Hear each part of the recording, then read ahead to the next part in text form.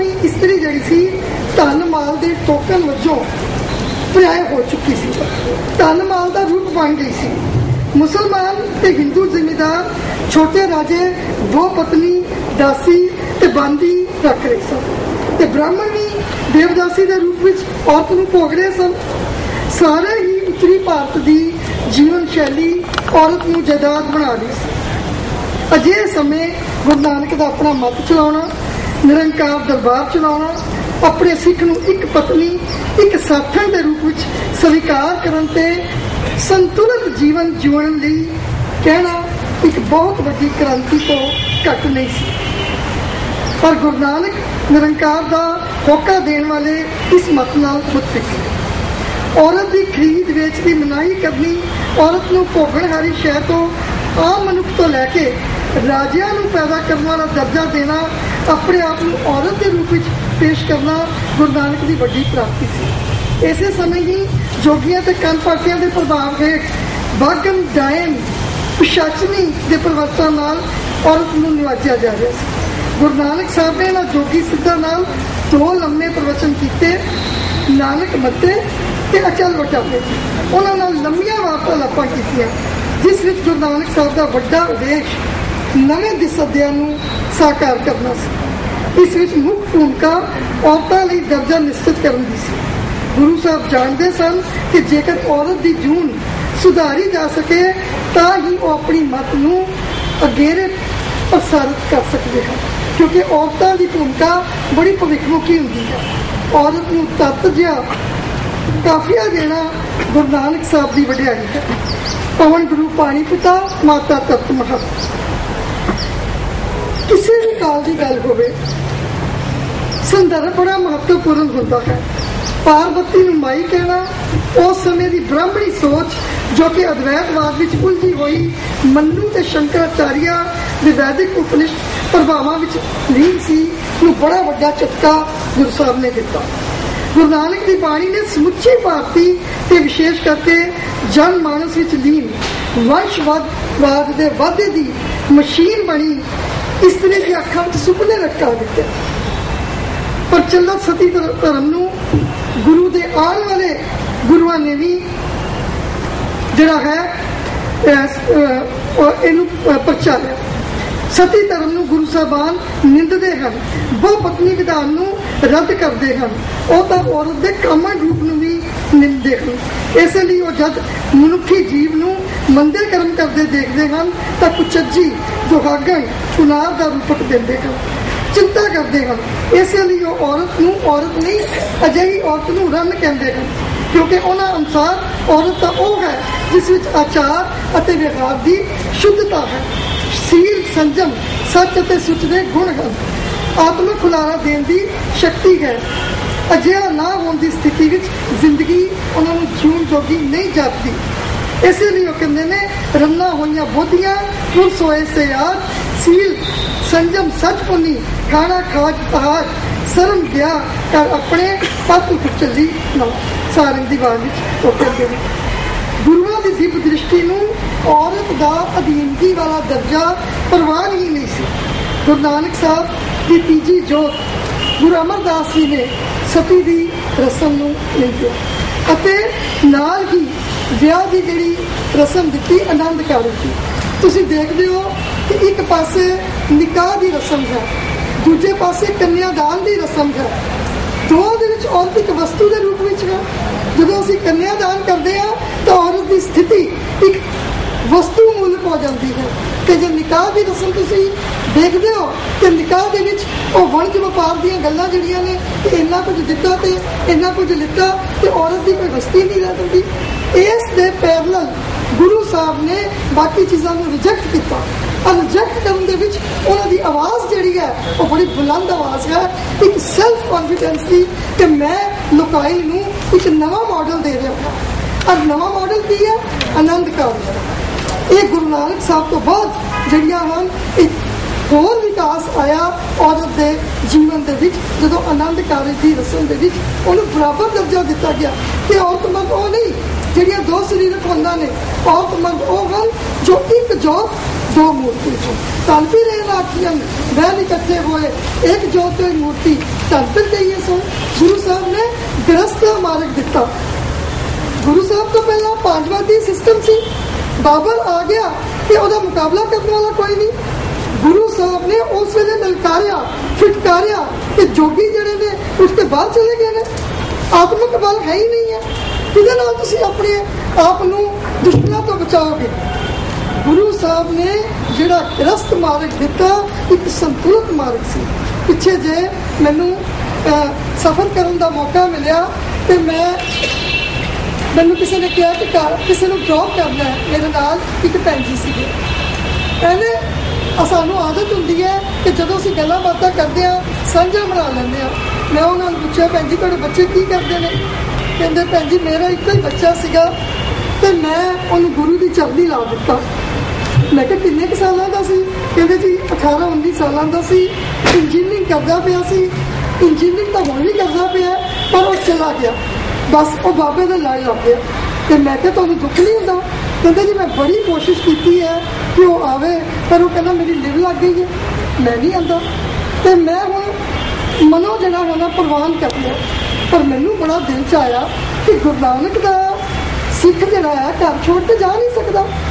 पता नहीं है पिछले जो 3-4 दिनों की गल है कि उन्होंने मेरा फिर सामना आया तो उन्होंने मैंने चाही दसिया कि भैन जी मेरा बेटा वापस आ गया। मैं क्या किमें? बस कहते उन्हें समझ आ गई कि गुरु नानक घरों जाके 4 उदासियां करके फिर वापस परतदा। ये गृहस्थ धर्म की मान्यता है, ये बुद्ध नहीं है। मेरा बेटा बुद्ध का पैरोकार नहीं सी, बुद्ध का भगत नहीं सी जिहड़ा गया तो मुड़ के वापस नहीं आया। ये गुरु नानक का भगत सी जिहड़ा गया तो वापस आ गया, क्योंकि गुरु नानक ने ही गृहस्थ मार्ग ऐसा मार्ग दिता जिथे हसंदिया खिलंदिया खिलंदिया विचे होवे मुक्त का सानू मॉडल मिलिया होया।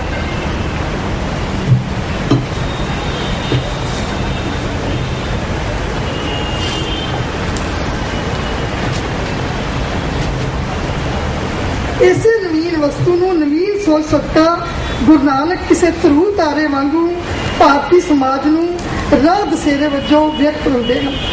उन्हां दी बात किसी प्रसाद वांगू सानू जापदी है, उन्हां दी आवाज़ किसी नगारे वांगू साडे दिल च वसदी है।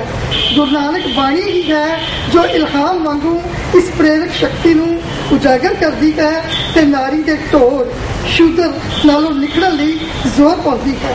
ढोर शूदर की मुक्ति लई गुरु साहबान मुड़ हाजिर होंदे हैं। असल में रोला की सी? रोला तो सत्ता के हथियार का सी। निक्के तो निक्के ते वड्डे तो वड्डे पत्थर तक सत्ता के प्रवचन का अभ्यास ही कलेश खड़ा कर रहा सी। गुरु नानक साहब ने सत्ता हथियार वालों इस प्रवचन नाल शांत किया कि सोफे मंदा आती है जिते पे ना जा। जेड़ी स्त्री हमेशा जिहड़ा पुरख है मर्द है हमेशा ही उन्होंने एक कंपलैक्स रहा कि मेरी जिहड़ी है वो मान्यता ज्यादा हो, मेरा जिहड़ी हजमनी है वो ज्यादा हो। पर गुरु नानक साहब ने स्त्री नूं इस तरह एलिवेट किया कि पुरख के बराबर नहीं और पुरख तो किते उपर। वो स्त्री जिहड़ी राजियां नूं जन्म दे रही है, वो स्त्री जिहड़ी गुरु नानक नूं जन्म दे रही है, वो स्त्री जिहड़े गुरुआं दी पत्नियां ने। सो उहो जी स्त्री नूं तां सत्कार तो भी वध किते सिर ते बिठाउण दी लोड़ है। ये कित्थे पूर्वकाली स्थितियां, कित्थे तत्कालीन स्थितियां ते कित्थे गुरु नानक दा एडा वड्डा रजिस्टर करवाना इस चीज़ नूं बहुत वड्डा एक इनकलाबी कदम है। सानू 100 मान करना चाहिए है कि अज जिहड़ियां स्त्रियां इत्थे बैठियां ने जदों भी गल हुंदी है ये तुक दोहराई जाती है कि सोफे मंदा आखिए जित जमे राजा, क्योंकि इहदे वकालत की गई है, गुरुओं ने वकालत की है, ताई अज असीं इस मुकाम के उत्ते पहुंचण जोगियां होईआं हां। गुरु नानक साहब ने सिख के प्रवचन को अगे भूमि च लिया के यह स्पष्ट किया कि नर ते नारी दो हैं ही नहीं, नर ते नारी दो नहीं, वो इको ही हैं। वो आत्मा इको ही है जिहड़ी दोवां च प्रवेश करती है। इस करके सत्ता का कलेश क्यों है? मेरे सिख लई नर ते नारी एक रूप होणगे, एक का पुरख सबाई है। पुरख केवल परमात्मा है ते सारियां मर्द भी ते औरतां जिहड़ियां ने वो नारी दे रूप विच। यही कारण है कि बड़ी तरह ही गुरु नानक साहब ने अपनी आत्ममुक्ता नूं जनमानस की आवाज़ विच रलाया। निरोल आत्ममुक्ता कभी गुरु साहबान का अंग नहीं सी रही, इसलिए वो लोगों की आवाज़ बने, इस्त्री पूरी इस्त्री जाति की आवाज़ बने, क्योंकि उन्होंने मन के विच कोई दुविधा नहीं सी। जिन्ने भी पहले धर्म होए ने उन्होंने मन च दुविधा सी कि औरत नूं अधिकार देना चाहिए है या नहीं देना चाहिए। असल संकट दुविधा का ही होंदा है। सो किसी अंतम ते असल पद्धर के प्रवचन ते अपनाने लई इस दुविधा नूं मिटाना जरूरी सी। गुरु नानक साहब की वडियाई इस वक्त तो है कि उन्होंने औरत नूं निताई होंद मनना परवाह नहीं की। उन्होंने अपने पूर्वकालियां ते समकालियां के मन चों यह दुविधा मिटा दी कि औरत मर्द के बराबर नहीं है, सगों उन्होंने नवा विचार स्थापित किया। यही उन्होंने स्टेट फॉरवर्डनेस रही है, यही उन्होंने पाए पूरने हैं जिन्होंने उत्ते गुरमत परंपरा एक दीर्घ काल विच फैली और उस विच औरत नूं माणयोग दर्जा मिलिया। अगलेरे गुरुआं ने भी औरत की बहुमुखी भूमिका चितरी। माता खीवी, बीबी पानी, बीबी अमरो, माता सुलखणी, माता गुजरी, माता सुंदरी, माता देवा, माई भागो अजिहे पिलर हैं जिन्होंने इतिहास विच अमर रहने वाले काम किए। अजोकी औरत लई भी ये संदेश बड़ा महत्वपूर्ण है। अज की औरत के लिए उन्होंने मैसेज इन्ना इंपॉर्टेंट है कि उन्होंने जी दिशा है वो बड़ी अर्थ भरपूर है, क्योंकि अज भी बहुत सारिया भैन जी जिंदर जी तरह ने एक तबका ऐसा लिया है जिन्हें औरतों को इनोसेंट औरतों को जलाया जाता है, दहेज करके, नोज ऑनर करके या बलात्कार किया जाता है। मैं एक तबका अजिहा लिया है जिहड़ी औरत विद्या भी प्राप्त कर गई है, आर्थिक तौर के उत्ते संपन्न भी हो गई है, पर वो अंदर होमे कारण अपने घर परिवार के वसदी ही नहीं है। अपने घर परिवार के वक्री होके ना संतान की अच्छी तरह परवरिश करनी, ना हसबैंड को अच्छी तरह व्यवहार देना। अजिही औरत भावें समाज के किसी भी बड़े रुतबे के उत्ते पहुँच गई है, पर जे वो अपने परिवार के विच ही संयमशीलता नहीं प्रदान कर सकी तो उहदे आर्थिक तौर के उत्ते संपन्न होने का, उहदे विद्या ग्रहण करने का कोई फायदा नहीं। क्योंकि अज लोड़ है साडे परिवार टुट रहे हैं, साडे मना चो शांति गायब हो रही है, साडे मना चो तृष्णा का शोर जिहड़ा है वो बहुत वध रहा है, असीं फ्रस्ट्रेट हो रहे हैं। और गुरु साहब कहते ना सहस कटे लख कोट धावे त्रिपत नावे माया पाछे पावे। साडी अज दी औरत जिहड़ी है जिहड़ी कमाण लग पई है ना, उन्हें परिवारक रिश्तियां तो विछड़ के कहती मैं कितना कमा लवा, भावें मेरे दाद लग जाए, मेरा परिवार, मेरा पति, मेरे समाजिक रिश्ते। लोड़ है अज अजिही औरत नूं भी गुरबाणी विचों सबक देण दी कि गुरुआं ने कहा सी वो औरत परवान है जां वो मनुख परवान है जिहड़ा एक संजम च रहे, एक सहज विच रहे। सहज विच रहना जिहड़ा है एक बहुत वड्डा जिहड़ा है रस्ता उन्होंने सानू दिता है, जिहदे विच किरत करना, नाम जपना, वंड छकना, ये बहुत सारिया गल्लां उन्होंने दित्तियां। अज जिन्ने भी अजोके पाठ सानू पश्चिमी विद्वान जूरियां दे रहे ने, वो पाठ जिहड़े ने एक संकल्प मूलकता हैं, पर गुरुआं ने जिहड़ा पाठ दिता है, जिहड़ा गुरुआं दा पाठ है वो संकल्प अते व्यवहार दोहां पद्धरां दे उत्ते पूर्ण जापदा है। इसलिए लोड़ है कि जिहड़ी अजोकी नारी भी है वो अपनी पूर्वकाली परंपरा वाल देखे, जिहड़ी सिख काल की परंपरा है जिथे गुरु महिला ने इन्ने वड्डे शख्सियतां नूं जन्म दिता है, इन्नी वड्डियां शहीदियां कीतियां ने, कुर्बानियां कीतियां ने। जे अज माई भागो ना होंदी तां सिख इतिहास अज वो मोड़ ते ना खलोता होंदा जो अज। सो लोड़ है कि अज की नारी भी एक संतुलित रह के, एक सहज विच रह के अपना परिवार संभाले, अपना समाज संभाले, देश संभाले, सभ्याचार संभाले, अपनी कौम दे लई एक अनमोल हीरा बने अते अपनी परंपरा नूं कायम रखे। ये मैं अज कहना चाहूँगा। Thank you.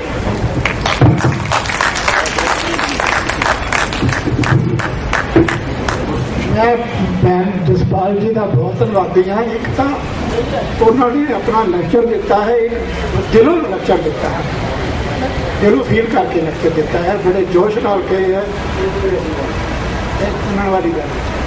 मैं बीबी नवजोत कौर को कहांगा, इन्हों के ब्रदर ला ने एक बड़ा सोहना ऐसे लिखा है, एक वेस्टर्न वैल्यूज का डिस्कशन है। जी दसा मैंने बहुत ही समझ नहीं आई क्योंकि यही समझानी एक बीबी डोरस हैगी है और सिक्खी की निंदा की है। एक बीबी हैगी है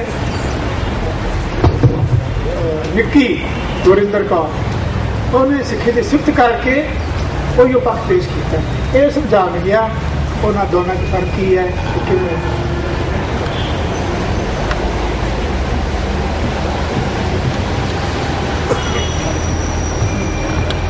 सम्मानयोग विद्वान साहिबान एंड स्टूडेंट्स, वाहिगुरू जी का खालसा वाहिगुरू जी की फतेह। ये पेपर नाड़ प्रगास संस्था जो कि श्री अमृतसर साहिब ऑर्गेनाइज हैगी है ਉਹਦੇ ਵੱਲੋਂ पढ़िया जा रहा है। तो ये पेपर लिखा गया सरदार अमनदीप सिंह जी ने, जिन्होंने एक पहले बुक भी लिखी है सेलेस्टियल ग्रेस जो कि नाथ प्रगास ने पब्लिश की थी। तो मैं भी आई एम नवजोत तो मैं उन्होंने बिहाफ से पढ़ रही हाँ पेपर। अगर तुम देखोगे पेपर का टाइटल हैगा Sikhism and women interpreting gender relations with in Sikhism in western paradigm. इस पेपर का मेन फोकस की हैगा है कि जिदा कि सारे इन्ने एक्सपर्ट्स ने सानू इन्नी ज़्यादा इन्फॉर्मेशन दी है and they discussed it in detail about the position Sikhism has given to women. What we are trying to understand here is that what is the lens, किहड़े क्राइटेरिया असीं यूज करते हैं जब असीं विमेन की पोजिशन नू इवैलुएट करते हैं। वो लेंस किहड़ा असीं यूज कर रहे हैं कि असीं किहड़े पैरामीटर्स है जिस ते असीं देखते हैं कि सिखिज्म विच विमेन नू किहड़ी पोजिशन दी गई है, हाउ डू मार्क हर। सो ये असीं मेनली पेपर इंग्लिश विच हैगा, सो आई ट्राई कि मैं मैक्सिमम उन्होंने ट्रांसलेट करा। सो ये बेसिकली ये मोर रेलिवेंट हैगा प्रेजेंट कॉन्टेक्स्ट विच, बिकॉज जो साडे सीनियर्स हैगे है उन्होंने शायद गुरु साहब वाल इन्नी ज़्यादा मतलब अंदरों लिव लगी हुई है कि वो गुरु साहब के हुक्म लेंदे हैं, बट जो प्रेजेंट जनरेशन हैगी है मेरे वर्गी वो शायद क्वेश्चन करते हैं कि अगर इदा किया है तो क्यों किया है। तो स्पैशली जो वैसटर्न स्कॉलर्स है वो इनू ज़्यादा क्वेश्चन करते हैं। तो असी ये पेपर क्यों प्रेजेंट कर रहे हैं बिकॉज वो जो वैसटर्न स्कॉलर्स की रिसर्च हैगी है ਉਹਦਾ ਅਫੈਕਟ ਸਾਡੀਆਂ ਇੰਡੀਅਨ ਸਟੱਡੀਜ਼ ਤੇ ਵੀ ਹੋ ਰਿਹਾ ਹੈ, ਬਿਕੋਜ਼ ਸਾਡੇ ਇਹ ਮਾਈਂਡਸੈਟ ਚੇਂਜ ਹੋ ਰਿਹਾ ਹੈ ਕਿ ਇਹ ਇਦਾਂ ਹੈ ਤਾਂ ਕਿਉਂ ਹੈ।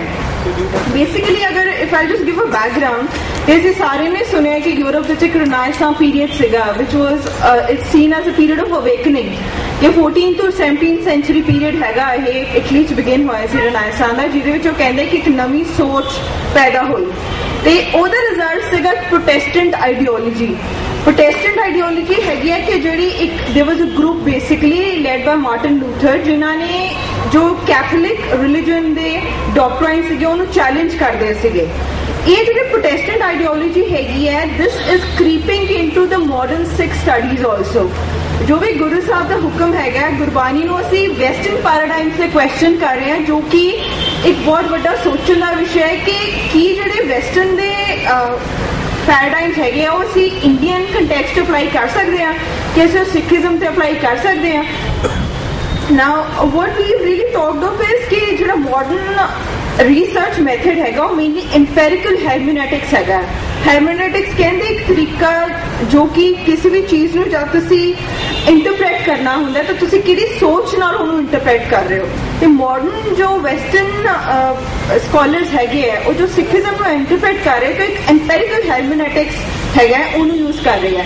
पर्पस इस पेपर का हैगा just to make you believe के सिंस जो ऑथर ने वो वेस्ट विच सैटल्ड ने एंड क्योंकि वो सरूप करके रूह करके भी सिख ने तो उन्होंने बहुत दुख लगता है जब सिक्खी के डॉक्ट्राइन्स नूं उत्थे बिलिटल किया जाता है एक एम्पेरिकल जो एक रैशनल जी स्केल से उन्होंने मैजर करके।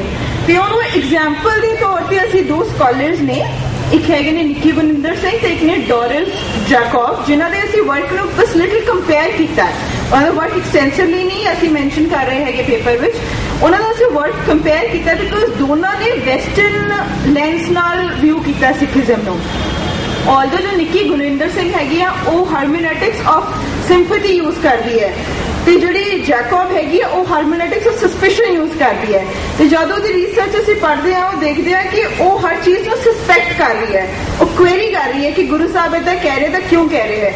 वो इस चीज में क्वेश्चन कर रही है कि सारे गुरु साहबान मेल्स क्यों हुए ने, फीमेल क्यों नहीं सी। एंड ये जो थॉट्स ने ये अज दी मॉडर्न पीढ़ी no there is no doubt it influences them कि अगर ऐसा है तो क्यों है। So we just trying to look beyond it कि what is the real thing कि सिखिज्म दी फिलॉसफी की हैगी है, साडी रूह की हैगी है। Now the author says that historically there has not been any classification in socio-religious spheres of sects that calls for a research based on their biological distinction. कभी भी biological distinction ते असी research नहीं की थी। The ontology of man as a gender or otherwise as a human is indeed a foreign concept in historic imagination of sex. Because construction of role models is not pertinent to the core of Sikh philosophy. This is because the process of construction of role models creates a historical relevance and sectarian construction of religion that steals the lyrical transparency of its inner character. Whenever there is a reference of a role model in Sikh historical writing, their ontological significance is purely as a devotee, surrendering to the supreme will which is referred to as Hukam. ਅਸੀਂ ਜਿਹੜਾ ਵੀ role model study ਕਰਦੇ ਆ ਅਸੀਂ ਉਹੀ ਕਰਦੇ ਆ ਕਿ ਜਿਹੜੀ ਇੱਕ ਰੂਹ ਸੀਗੀ, ਅਸੀਂ ਇਹ ਨਹੀਂ ਦੇਖਿਆ ਕਿ ਮੇਲ ਸੀ ਫੀਮੇਲ ਸੀ, ਬਟ ਇੱਕ ਰੂਹ ਸੀਗੀ ਜਿਹੜੀ ਸੁਪਰੀਮ ਦੇ ਅੱਗੇ ਪੂਰੀ ਤਰ੍ਹਾਂ ਝੁਕੀ ਹੋਈ ਸੀਗੀ। There was no gender bias involved in that. The significance of physical being as a gender or otherwise is therefore not a process of history formation in Sikhs, but a process of devotion to on the natural character. Then man and women, they are cosmos, they are a part of the cosmos, they are in a living relationship under the supreme will. The Sikh of the Guru is devoted to achieve a status where he is as tolerant as the earth and as vast as the sky. Perhaps the spirit of living becomes more organic and meaningful to a Sikh psyche than the conception of dying in the name of religion, which is important for history construction. As the mind opens to receive the characters of cosmos, the physical being of man or his gender carries hardly any significance. So the focus here is interpreting that religion and the Sikh spirit is beyond the constraints of religion.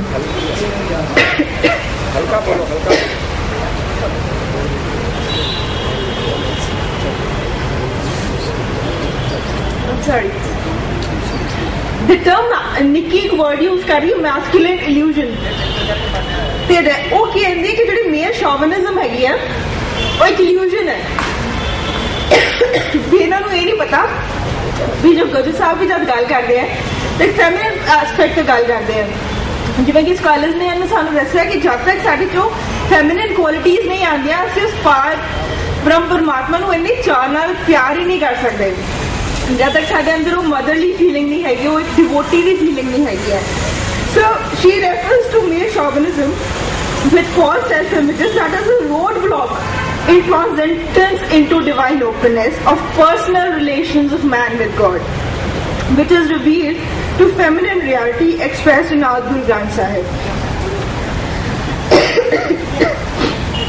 जिहड़ी भी कोई एक feminist research conference हुई Toronto विच, जिहड़ी इन्हां author ने visit की कि उत्थे यूएस कैनेडा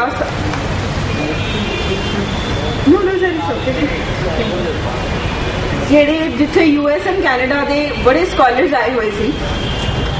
इत्थे डोरिस जिहड़ी सीगी डोरिस जैकब ने अपना पेपर प्रेजेंट किया ते इहदे जिहड़े गाइड ने वो भी सारे जो सिखिज्म नूं स्टडी करते हैं तो एक बड़े ससेप्टेबल जो वे ना स्टडी करते हैं कि उन्होंने बिलीफ है कि कहना कुछ और चाहते हैं बट मीन कुछ और कर रहे हैं।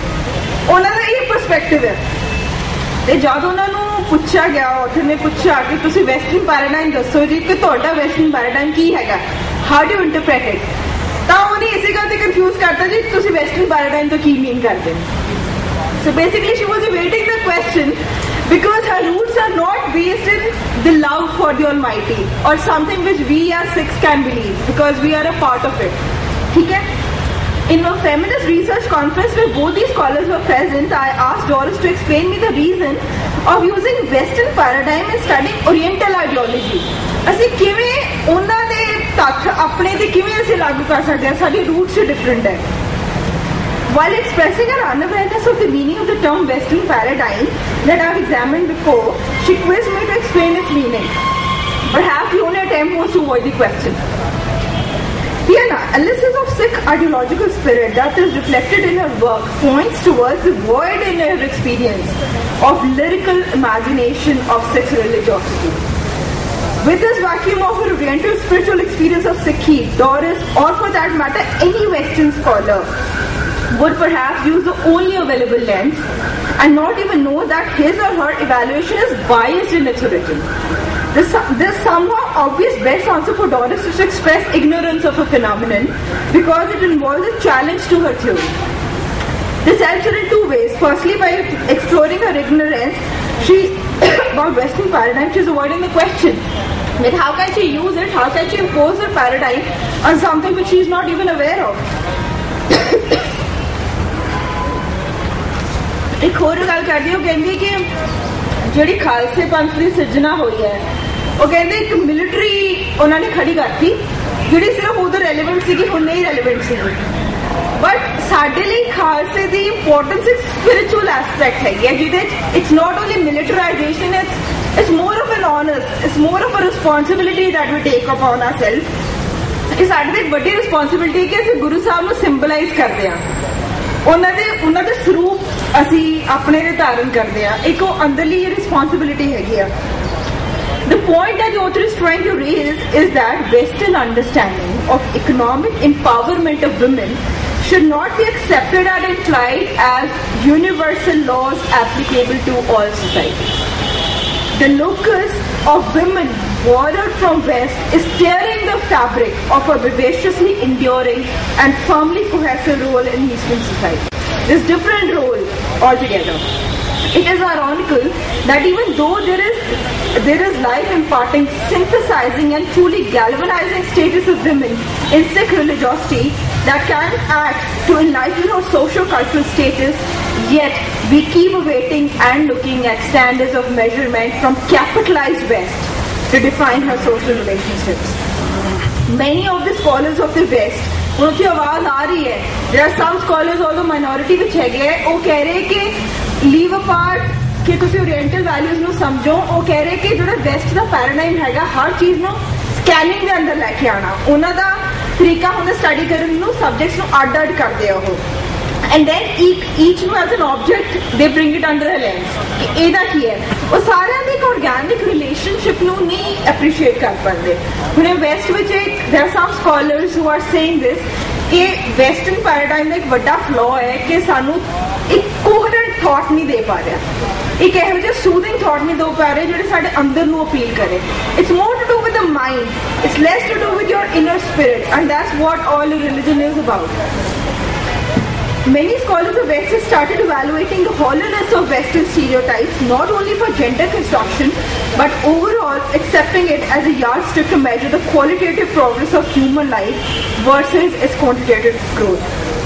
To conclude, the feminine conception in Western paradigm is encroaching upon the psyche of both man and women in cosmology. ਇੱਥੇ ਕਦੀ ਵੀ ਜਿੰਨਾ ਸਾਡੇ ਲਰਨ ਸਕਾਲਰਸ ਨੇ ਕਿਹਾ, ਇੱਥੇ ਕਦੀ ਵੀ ਸਿੱਖਿਜ਼ਮ ਵਿੱਚ ਮੈਨ ਜਾਂ ਵਿਮਨ ਨੂੰ ਅਲੱਗ ਨਹੀਂ ਲਿੱਤਾ ਗਿਆ। They are a part of the cosmos. ਉਹਨਾਂ ਦਾ ਇਕੱਠਾ ਆਉਣਾ ਆਨੰਦ ਕਾਰਜ ਦੇ ਟਾਈਮ ਇਜ਼ ਅ ਸਿੰਬੋਲਿਕ ਕਿ ਇਹਨਾਂ ਨੇ ਇਕੱਠੇ ਹੀ ਇਹਨਾਂ ਦੀ ਜਰਨੀ ਬਿਗਿਨ ਹੋਣੀ ਹੈ। ਇਕੱਲੇ ਇਕੱਲੇ ਉਸ ਪਰਮਾਤਮਾ 'ਚ ਲੀਨ ਨਹੀਂ ਹੋ ਸਕਦੇ, ਉਹ 'ਚ ਇਹਨਾਂ ਦੀ ਰੂਹ ਮਰਜ ਨਹੀਂ ਕਰ ਸਕਦੀ ਜਦ ਤੱਕ ਇਹ ਇਕੱਠੇ ਨਹੀਂ ਹੁੰਦੇ। Before we decided to look at the status of women in religious spheres and draw comparisons between Western and Eastern models, we need to stop being the prisoners of our thoughts that accept Western lens as the holy lens. ये साड़ी बढ़िया सारी studies which है, असं सोचते हैं western scholars लिख रहे वही ठीक है, क्योंकि साढ़े स्कॉलर्स की कमी भी है या उन्ना असी वर्क नहीं कर पाते, या साड़ी प्रेजेंट जनरेशन की बेसिकली मैंने कमी लग रही है कि असी इन्ना वर्क